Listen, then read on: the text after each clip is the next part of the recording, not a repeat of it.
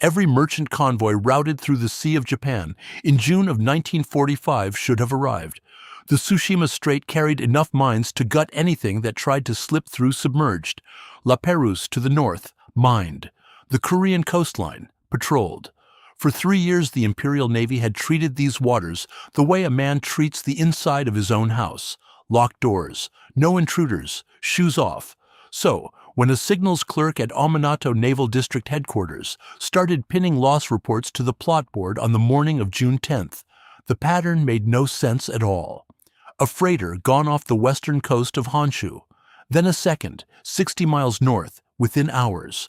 A transport loaded with Manchurian ore, loss confirmed, no distress detail.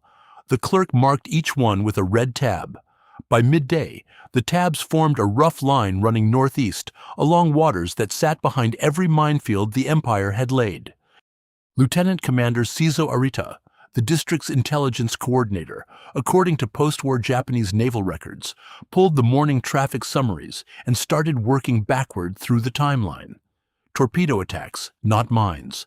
Multiple attackers, not one. American submarines operating inside the Sea of Japan, which every operational assumption said could not happen. Pause on that.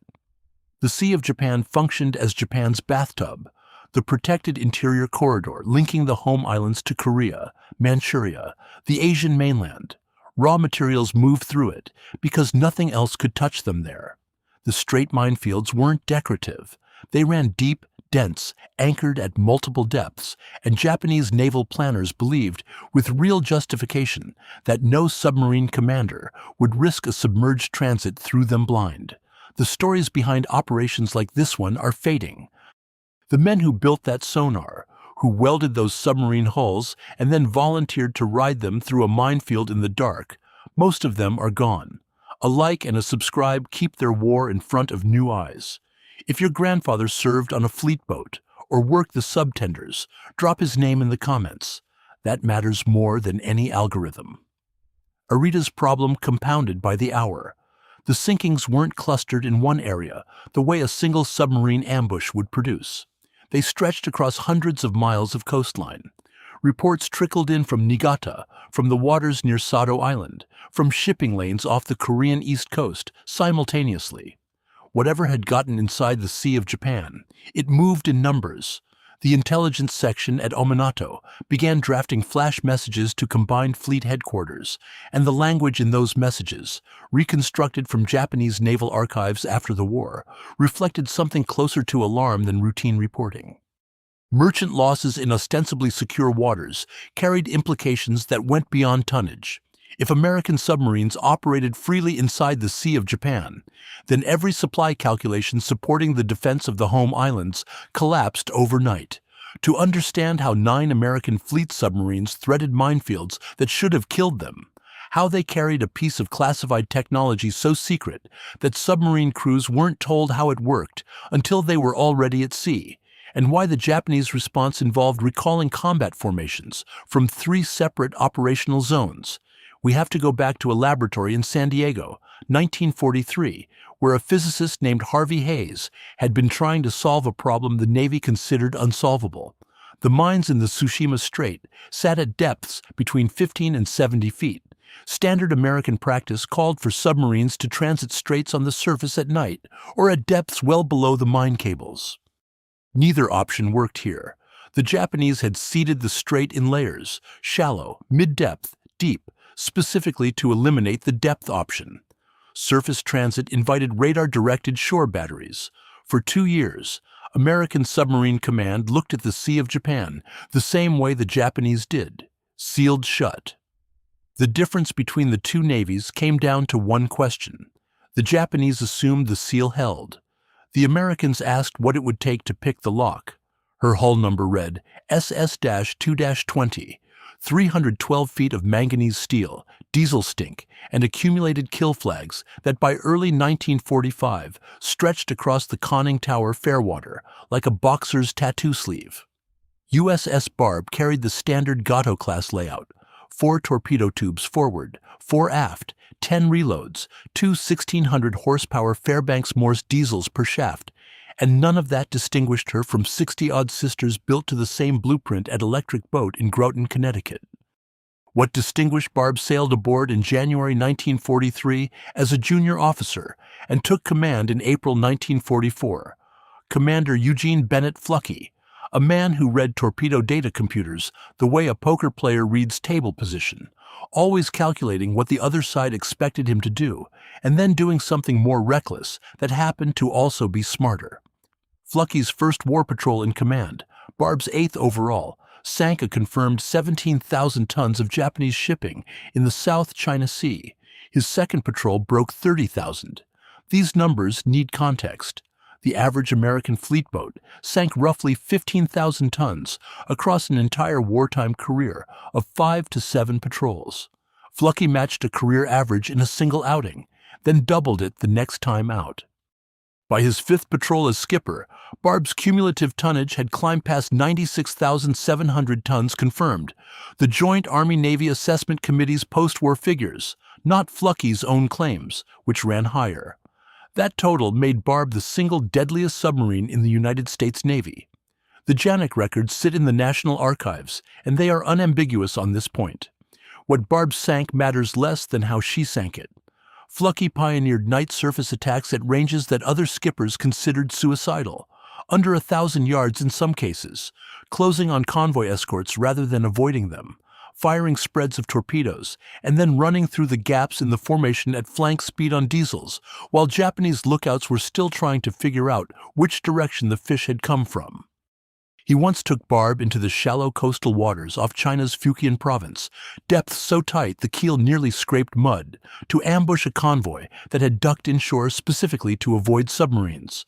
According to Fluckey's patrol reports, filed with ComSubPac and cross-referenced against Japanese loss records after the war, his attack philosophy rested on a single operational conviction. The enemy calculates a zone of acceptable risk and stations his defenses at its edge.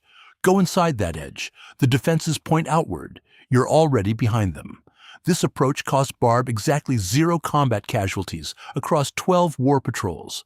Not one man killed by enemy action aboard a submarine that sank more tonnage than any other boat in the fleet. The Japanese anti-submarine doctrine assumed American submarines behaved predictably.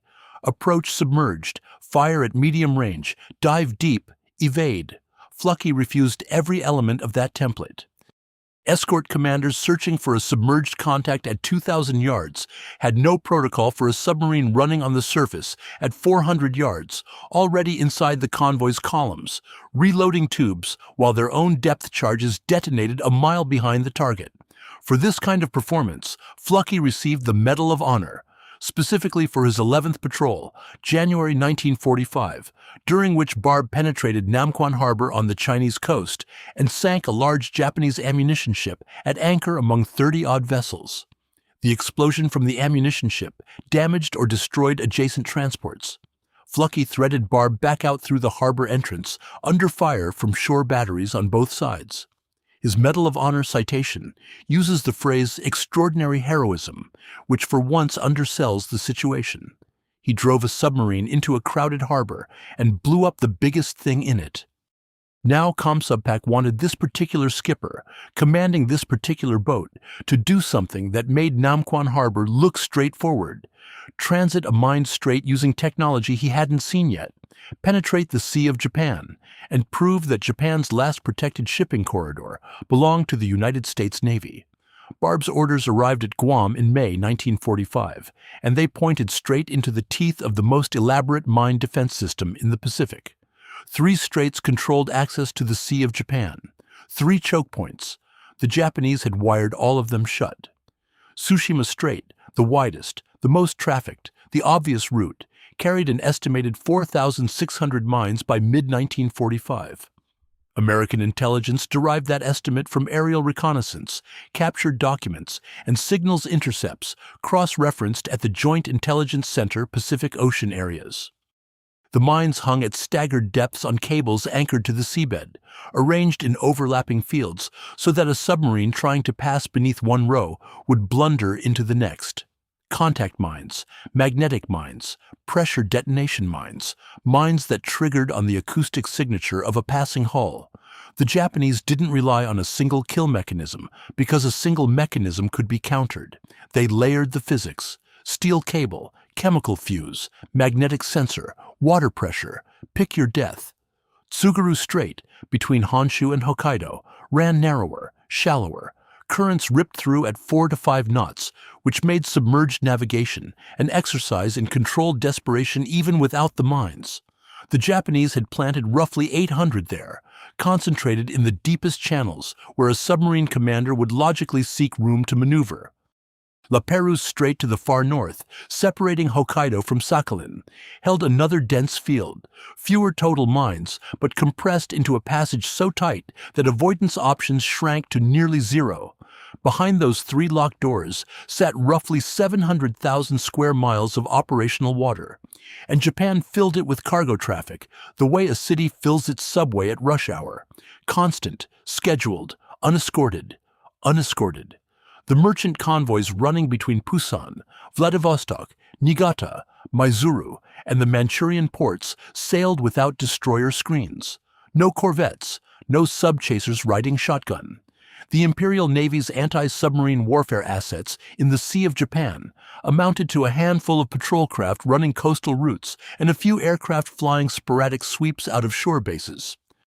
According to United States Strategic Bombing Survey Interrogation Number 429, conducted with a Japanese naval staff officer after the surrender, the Sea of Japan carried a defensive classification that roughly translated to sovereign internal water, a zone where anti-submarine patrols were considered unnecessary because submarine penetration had been ruled out at the planning level.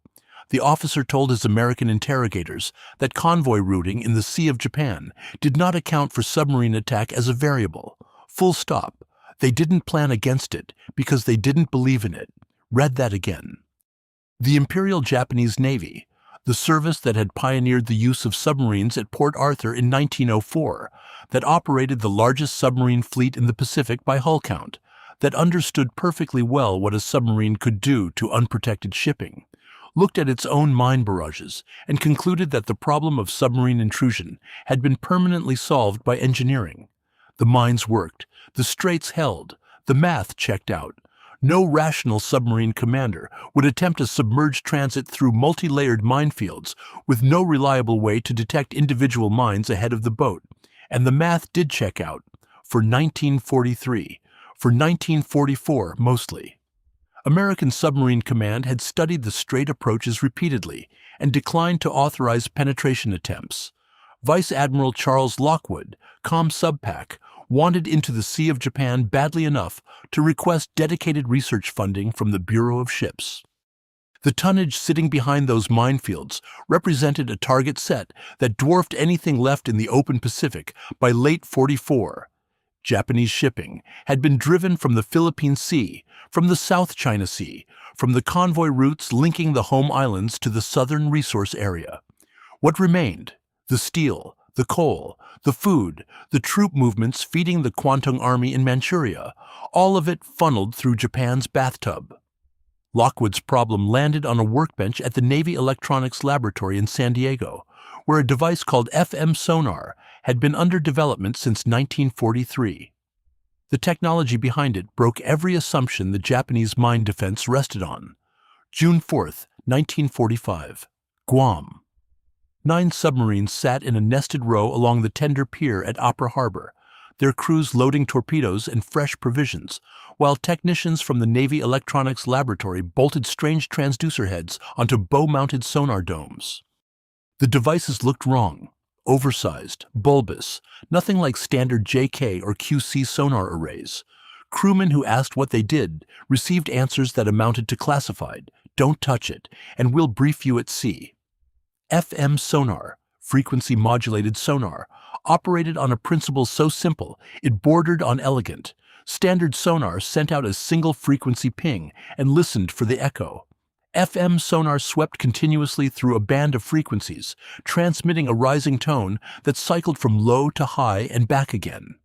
When that swept signal bounced off an object, the returning echo carried a slightly different frequency than the outgoing pulse at the moment of return. Because the transmitted frequency had kept climbing while the echo traveled, The gap between transmitted and received frequency told the operator exactly how far away the reflecting object sat, precision down to feet.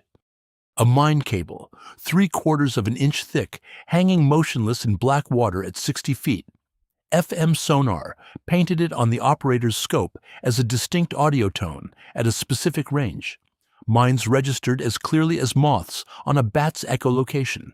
Harvey Hayes and his team at the San Diego laboratory had tested the system against tethered dummy mines in the waters off Point Loma, refining the transducer sensitivity until operators could distinguish a mine from a fish, a cable from a thermal layer, a steel sphere from a pocket of cold water. Blind transit became guided transit. Lockwood had already proven the concept. In late 1944, USS Seahorse carried a prototype FM set into waters near the Bonin Islands and successfully detected moored mines at ranges exceeding 500 yards. A small-scale rehearsal, Operation Barney's dress rehearsal, though nobody called it that yet, sent 3 boats through La Perouse Strait in the spring. 2 made it. 1. USS Bonefish did not. She vanished inside the Sea of Japan, and the file on her loss contains no definitive explanation. Sources conflict on whether mines or depth charges killed her. 85 men. The technology worked, but working and safe occupied different categories. Fluckey didn't hesitate. According to patrol records filed with ComSubPac, he requested Barb's inclusion in the Sea of Japan penetration force before the final boat assignments had been made. Lockwood organized the 9 submarines into 3 wolfpacks of 3, code-named Heidmann's Hellcats, Pierce's Polecats, and Risser's Bobcats. Barb drew the Bobcats, assigned to sweep the southern and western coasts of Honshu and the Korean shoreline. The operational plan called for all 9 boats to transit Tsushima Strait, submerged in column, using FM sonar to thread the mine rows. Speed through the strait, 3 knots. Depth, variable, adjusted in real time by the sonar operator calling mine positions to the diving officer. The transit would take hours. Every man aboard understood what a single missed contact meant. A mine cable brushing the hull, a horned sphere scraping along the ballast tanks, detonation at a depth where surfacing took longer than drowning. The briefing at Guam laid out the FM sonar's capabilities and its limits with clinical honesty. Detection range dropped in heavy currents. Biologics, shrimp, fish schools could mask returns. The system required a trained operator making continuous real-time judgments, and the training pipeline had produced exactly enough operators to staff the 9 boats with 0 spares. If your sonar man broke his wrist, caught a fever, froze at the scope, no replacement existed between Guam and the Tsushima minefield. Fluckey's crew had never used FM sonar. Neither had anyone else in the attack force, outside of controlled exercises. The equipment arrived weeks before departure. The operators trained on it for days, not months, and the strait they aimed at held 4,600 mines arranged by engineers who assumed detection at this resolution fell outside the boundaries of physics. The Japanese assumption rested on 1943 physics. American physics had moved. What did the Japanese Navy think was sinking its ships? Not submarines. Not at first. The initial losses inside the Sea of Japan, registered on Japanese operational plots as cause unknown, a classification that in any other theater would have triggered immediate anti-submarine patrols. Inside Japan's bathtub, it triggered confusion. Merchant vessels stopped reporting and failed to arrive at scheduled ports, and the staff officers tracking convoy movements cycled through explanations that ranged from mines breaking loose from their own fields to boiler explosions to unseasonable weather. According to USSBS interrogation records compiled after the surrender, Japanese naval intelligence did not formally assess submarine penetration as the probable cause of losses in the Sea of Japan until several days into Operation Barney, by which point 8 boats had already fanned across their patrol areas, and torpedoes had struck targets from the Korean coast to the shores of western Honshu. So why the delay? These weren't ambiguous losses.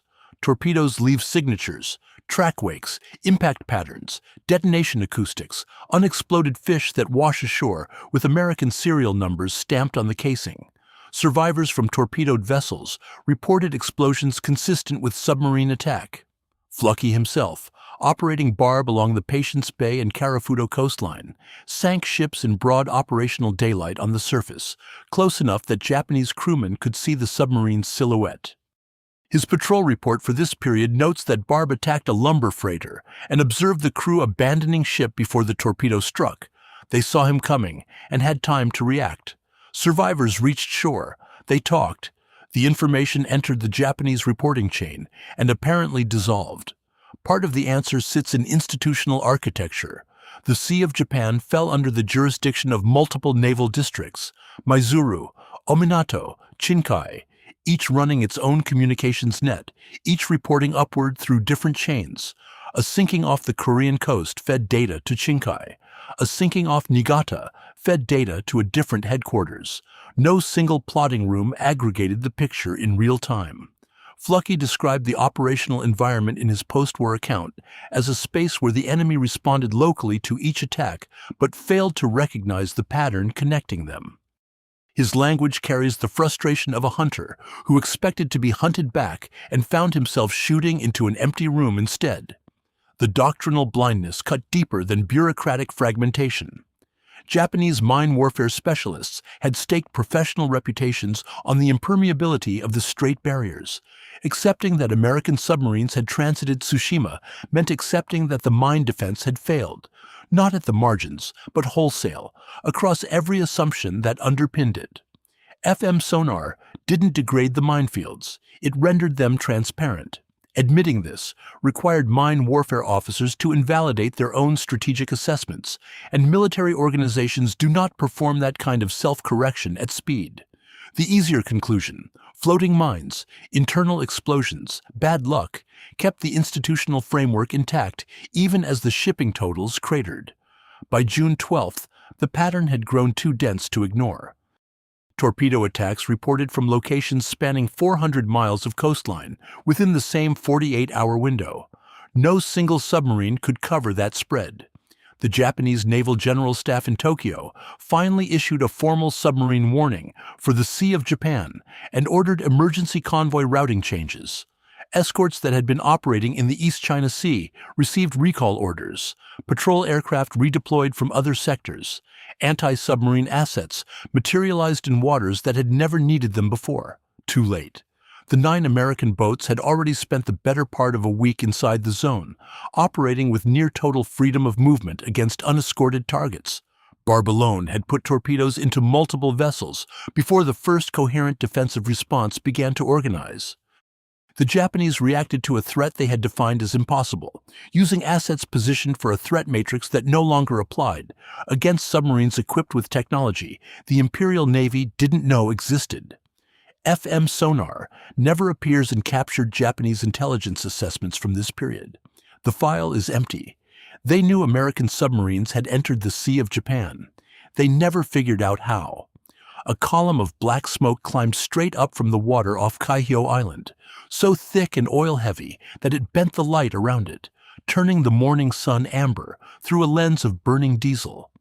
Fluckey stood on Barb's bridge and watched the freighter's stern lift clear of the surface, propeller still turning in open air, before the hull folded and slid under.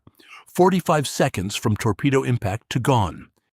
The crew had already shifted attention to the next target. A second merchantman visible 3 miles northeast, steaming alone on a course that suggested her master hadn't received any warning at all. Barb's patrol report for this phase reads like an inventory conducted at gunpoint. June 9th, a cargo vessel off the Korean coast, 1 torpedo, 1 kill.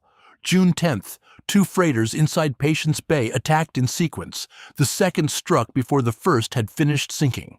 June 11th, a transport loaded heavy enough that her waterline sat buried to the scuppers, hit amidships with a spread of 2 fish.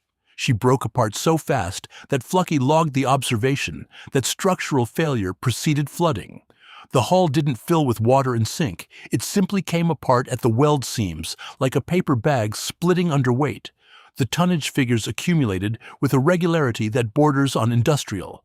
4,000 tons, 6,000, 3,000, another 6. Fluckey ran Barb on the surface for most of these attacks, diesel engines at full power, closing to ranges that in the open Pacific would have invited immediate air response. Inside the Sea of Japan, the sky stayed empty for days. The absence of opposition changed Barb's tactical calculus in ways the patrol report captures through omission rather than commentary. No evasion narratives, no depth charge counts, no damage assessments to Barb's own hull.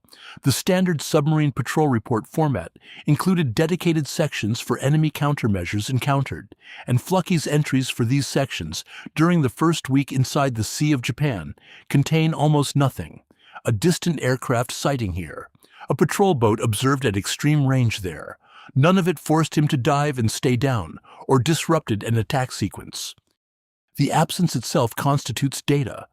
An American submarine operating inside Japan's most protected body of water encountered less resistance than boats hunting in the open waters off Formosa 6 months earlier. By mid-June, Barb's torpedo expenditure forced a shift in targeting priorities.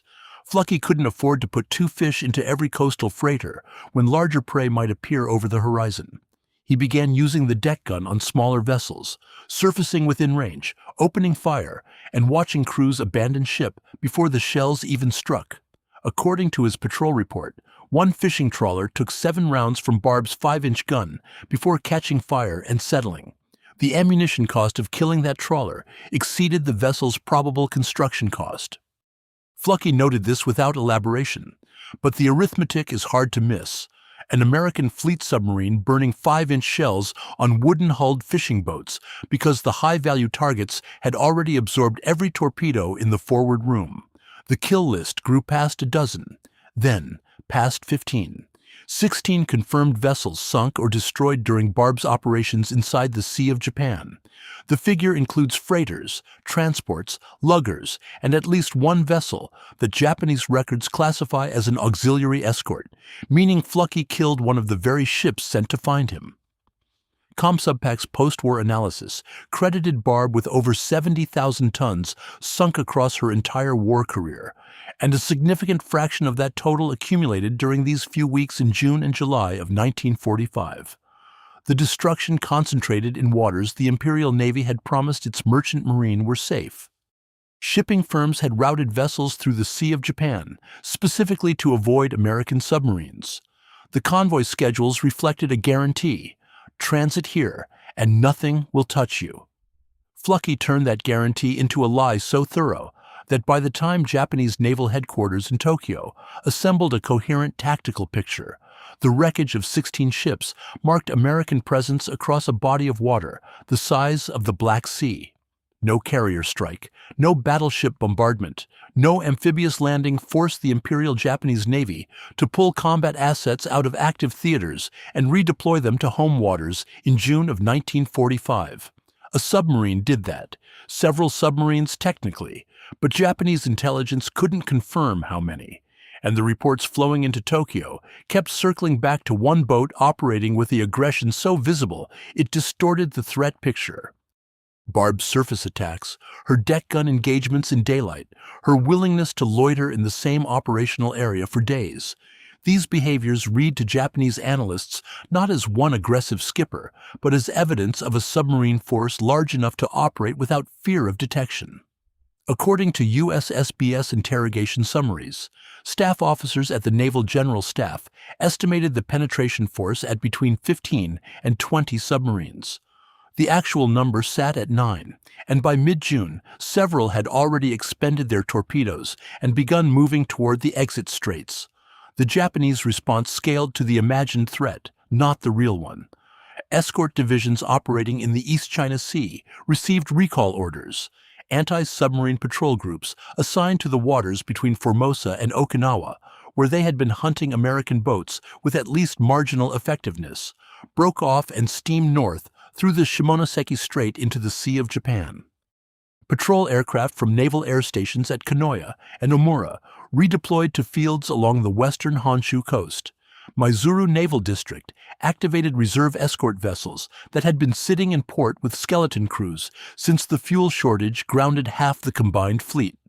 The operational cost of this redeployment doesn't appear in any single Japanese document because it distributed across every command involved, but the shape of it emerges from cross-referencing convoy loss records in the East China Sea during the same period.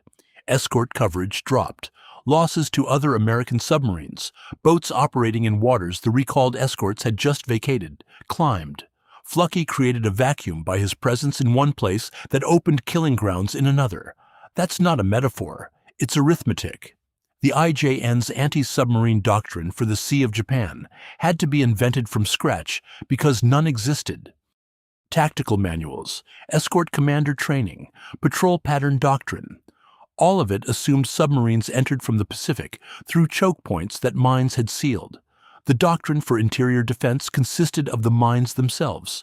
When the mines failed, silently, invisibly, without a single detonation to announce the breach, the entire defensive architecture collapsed to its foundation, and the foundation turned out to be bare concrete. Escort captains arriving in the Sea of Japan ran patrol patterns designed for open ocean convoy defense. They had no mine charts showing safe corridors for their own ships. At least 2 Japanese escorts struck their own mines during redeployment operations, according to post-war damage reports compiled by the Japanese Demobilization Bureau. The records don't specify whether either sank, but the detail is brutally ironic. Ships recalled to hunt American submarines killed by Japanese mines laid to stop American submarines. Here is what Fluckey and the other 8 boats accomplished, measured against what the United States Navy had thrown at the Sea of Japan before Operation Barney. Nothing. No previous operation had attempted it. Carrier strikes hadn't reached these waters, and B-29 raids wouldn't target the ports along the western coast until much later. The Sea of Japan remained functionally untouched by American combat power through nearly 4 years of war. And then, 9 submarines with bolted-on sonar heads and hastily trained operators cracked it open in a week. 28 ships sunk across all 9 boats. Barb 16 represented more than half the total, a ratio that measured Fluckey's aggression against skippers who were themselves volunteers for a mission with a non-zero chance of ending inside a minefield. The Japanese recalled forces from 3 operational areas to contain a threat they couldn't locate, couldn't quantify, and had no framework to explain. They never found Barb. They never forced Fluckey to abort an attack. Escorts, patrol aircraft, redeployed warships, all of it arrived in the Sea of Japan after the damage had been done and chased ghosts through water still clouded with bunker oil from ships already resting on the bottom. What do you do with a submarine crew that has run out of torpedoes, expended most of its 5-inch ammunition, and still has weeks left on patrol inside enemy waters? Fluckey's answer: turn them into a demolition squad and send them ashore. July 23, 1945. Barbsat surfaced in darkness off the southeastern coast of Karafuto, the Japanese half of Sakhalin Island, sovereign territory of the empire. A railroad line ran along the coast, close enough to the water that Fluckey had watched trains pass through his periscope during daylight reconnaissance. Freight trains, military supply trains, rolling stock carrying material south toward ports that fed the home islands. He couldn't torpedo a railroad. So he decided to blow one up. 8 volunteers. Fluckey selected them from a crew that, according to his patrol report, produced so many requests to join the landing party that he had to turn men away. The team paddled ashore in rubber rafts, carrying 55 pounds of scuttling charges, electrical detonation wire, and a microswitch trigger mechanism rigged to activate under the pressure of a locomotive's wheels. None of them were Marine Raiders or Army Rangers, and none had special operations training of any kind. These were electricians' mates, motor machinists' mates, signalmen, men whose combat experience consisted entirely of standing watches inside a steel tube while Fluckey drove it toward things that exploded.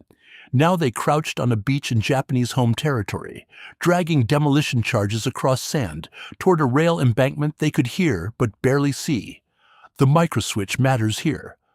Standard Navy scuttling charges use simple timed fuses or electrical detonators requiring manual activation. Fine for sinking your own ship, less useful when you need to be 1,000 yards offshore before the blast.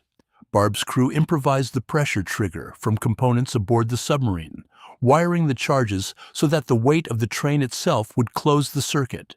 No American military manual in 1945 contained instructions for this application. The crew invented the mechanism, tested it on Barb's deck using a sailor standing on the switch to simulate locomotive weight, and trusted it with their lives on a beach they'd never seen before.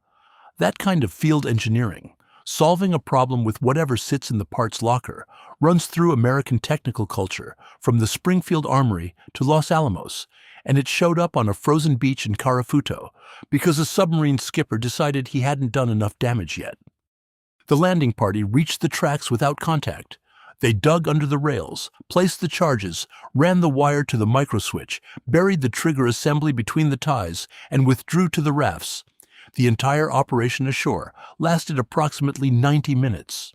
Fluckey held Barb at battle surface stations the entire time, deck gun manned and trained on the beach, ready to provide covering fire if a Japanese patrol stumbled onto his men. The fog sat so thick and low against the shoreline that the landing party navigated back to the submarine by following a signal light. Barb blinked seaward at timed intervals, a pale blue flash cutting through gray air, heavy with the mineral smell of volcanic soil and cold surf. They made it back, every man. Barb pulled offshore and waited. At approximately 2 a.m., a 16-car freight train hit the trigger point. The explosion derailed the locomotive and destroyed several cars. Fluckey's patrol report describes the detonation flash as visible from the submarine's bridge position and notes secondary explosions consistent with ammunition or fuel in the cargo cars. The train burned. Nobody from Barb went back to conduct a damage assessment because the mission profile didn't require one. The objective had been destruction, and the fire on the coastline confirmed it. This remains the only ground combat operation conducted by American military personnel on the Japanese home islands during the Second World War. Iwo Jima belongs to the Bonin Islands, and Okinawa to the Ryukyu chain, neither counted as home territory. Karafuto held status as an integral prefecture of Japan. 8 sailors from a fleet submarine set foot on it, destroyed a military target, and left without taking a single casualty. The commando raid that the Imperial Japanese Army never detected, carried out by men whose primary qualification involved maintaining diesel engines and reading depth gauges. A Japanese escort captain stood on his bridge somewhere west of Hokkaido in the last week of July 1945, scanning empty water through binoculars that fogged in the humid air every 30 seconds. His sonar operator had reported a contact bearing 270, then corrected it to 290, then lost it entirely. The captain ordered a depth charge pattern dropped anyway. 5 charges, set shallow, detonating in sequence across a patch of ocean that contained nothing but current shear and thermal layering dense enough to bounce sound returns off the water itself. The explosions sent columns of gray-white spray climbing 40 feet above the surface, each one collapsing back into foam that spread flat and dissipated. No oil, no debris, no submarine. He'd been doing this for 3 weeks. Across the Sea of Japan, the anti-submarine campaign that Tokyo had assembled at enormous cost hunted contacts that didn't exist, dropped ordnance on biologics and tide rips, and burned fuel the Imperial Navy could not replace. Patrol aircraft flew grid patterns over shipping lanes where no ships sailed because the merchant marine had stopped moving. It's worth stopping on that. Japanese coastal shipping inside the Sea of Japan, the traffic that Operation Barney targeted, didn't decline gradually after June 1945. It ceased. Port authorities at Niigata, Tsuruga, Maizuru held vessels in harbor rather than release them into waters where submarines appeared without warning and killed without pattern. According to USSBS assessments of Japanese merchant shipping movements, coastal tonnage transiting the Sea of Japan dropped by over 60% in the weeks following Operation Barney. Cargoes of coal, food, raw materials sat on docks rotting or rusting, while the war economy they fed starved for input. The promise had been simple: route through the Sea of Japan, and nothing touches you. Mines guard the straits. Submarines cannot enter. The promise held for nearly 4 years. It collapsed in 9 days. Barb transited La Pérouse Strait on the surface, outbound, in the early hours of a July morning. diesel engines pushing her north through fog so heavy that the lookouts on the bridge reported visibility under 200 yards. The strait separates Hokkaido from Karafuto, barely 23 miles wide at its narrowest, and the Japanese had mined sections of it. Fluckey's FM sonar operator fed bearings to the helm as mine cables appeared on the scope, each one a vertical line in the water that Barb steered around at 12 knots. The fog worked in their favor. Japanese shore watchers on both coastlines, if any remained at their posts, couldn't see past the beach. Barb passed through the strait, cleared the mine lines, and entered the open Pacific. Behind her, the Sea of Japan held the wreckage of 16 ships, a derailed train, and an anti-submarine force still expanding to meet a threat that had already left. Escort vessels continued patrol operations into August. Aircraft flew sorties over empty lanes. The Japanese Navy never confirmed Barb's exit. For all Tokyo knew, the submarines remained inside, waiting, selecting targets. The paralysis fed on itself. Every day without a sinking could mean the submarines had departed, or it could mean they were repositioning for the next attack. Japanese naval intelligence couldn't distinguish between absence and patience, and the cost of guessing wrong fell on a merchant fleet already too small to feed the war. Fluckey brought Barb into Midway on August 2, 1945. The patrol report he submitted ran to dozens of pages. ComSubPac's endorsement, the official Navy evaluation attached to every patrol report, used language that the bureaucratic format rarely permitted. Barb's 12th patrol received the highest possible rating. Fluckey's Medal of Honor, already awarded for the Namquan Harbor action, stood alongside a Navy Cross for this patrol and a crew citation that recognized the Karafuto raid specifically. Every man aboard received a combat decoration. 4 days after Barb reached Midway, a B-29 named Enola Gay lifted off from Tinian. The war Fluckey had been fighting, the war of shipping tonnage, logistics strangulation, slow industrial suffocation, port-by-port paralysis, ended in a flash so bright it burned shadows into concrete. But the Sea of Japan had already gone dark. Barb made sure of that. Fluckey stepped onto the White House lawn in the summer of 1945 and accepted the Medal of Honor from President Truman for the Namquan Harbor action, the January raid, not the Sea of Japan patrol. The Navy Cross covered that one. 2 of the highest combat decorations the United States military awards, earned on consecutive deployments by a submarine skipper who started the war as a junior officer aboard a boat that never fired a shot in anger. But medals are American documents. They prove what Americans already believed. The more interesting performance review came from the enemy. Japanese Naval Headquarters issued redeployment orders in June and July of 1945 that pulled anti-submarine assets from 3 active operational areas and concentrated them inside a body of water where they found nothing to kill. Those orders survive in post-war records compiled by the Japanese Demobilization Bureau and cross-referenced in USSBS interrogation transcripts. They represent something no American admiral could have written on Fluckey's behalf, a hostile witness testifying under operational duress.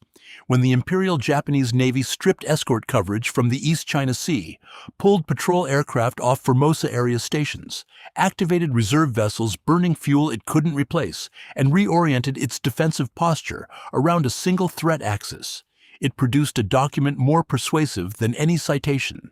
The enemy reorganized his force structure around one submarine's behavior. Staff officers at the Naval General Staff believed they faced 15 to 20 boats. They faced 9. Fluckey's aggressiveness, surface attacks in daylight, deck gun runs against coastal targets, the sheer duration of his presence in a single operating area, the rocket bombardments visible from shore, inflated the threat assessment by a factor of 2. Japanese intelligence wrote Barb into the record as a fleet-sized problem because no single submarine had ever acted like this in their waters. The arithmetic of escort redeployment tells the rest. Every warship pulled north into the Sea of Japan left a convoy somewhere else unprotected. The USSBS data on merchant losses in adjacent waters during this period shows the secondary effect. American submarines operating in the East China Sea and Yellow Sea encountered reduced escort opposition during the same weeks that Japanese anti-submarine forces hunted phantoms inside the Sea of Japan. Fluckey's kills numbered 16 confirmed. The kills enabled by his displacement of Japanese defensive assets belonged to other skippers, other boats scattered across ComSubPac's filing cabinets. That number stays uncounted because nobody aggregated it. The file linking cause to effect across operational areas doesn't exist in a single document. Sources conflict on the total merchant tonnage Barb destroyed across all 12 patrols. Fluckey's own claims, post-war JANAC assessments, Japanese records, and captured port authority logs produce different figures depending on which ships received credit and how tonnage calculations handled vessels that sank after the initial attack. The JANAC figure, the conservative post-war adjudication, credits Barb with 17 ships sunk totaling roughly 96,000 tons across her combat patrols. Some analyses run higher. The disagreement matters less than the consistency. By every accounting method, Barb ranked among the top 5 most productive American submarines of the war. One boat, one skipper, who kept command across 5 war patrols. A crew that volunteered for a mission, requiring them to drive through a minefield using equipment bolted to the hull weeks before departure, then improvised a commando raid on sovereign Japanese territory using spare parts and scuttling charges. 12 war patrols total for Barb under multiple skippers, 5 under Fluckey, 17 ships sunk by JANAC count, 1 Medal of Honor, 1 Navy Cross, 1 Presidential Unit Citation, 8 men ashore on Karafuto, 0 casualties, 1 locomotive destroyed, 16 freight cars derailed, 90 minutes on a beach inside the Japanese Empire, 9 submarines through the mine barrier, 28 ships sunk across Operation Barney, 60% reduction in Sea of Japan merchant traffic within weeks, 2 Japanese escorts hit by their own mines during redeployment, 0 American submarines lost during the operation inside the Sea of Japan. Fluckey's Medal of Honor hangs today in the Naval Academy Museum at Annapolis, a disc of bronze on a pale blue ribbon, inside a glass case, next to a photograph of Barb's crew standing on her deck at Midway, August 1945, every man squinting into Pacific sun.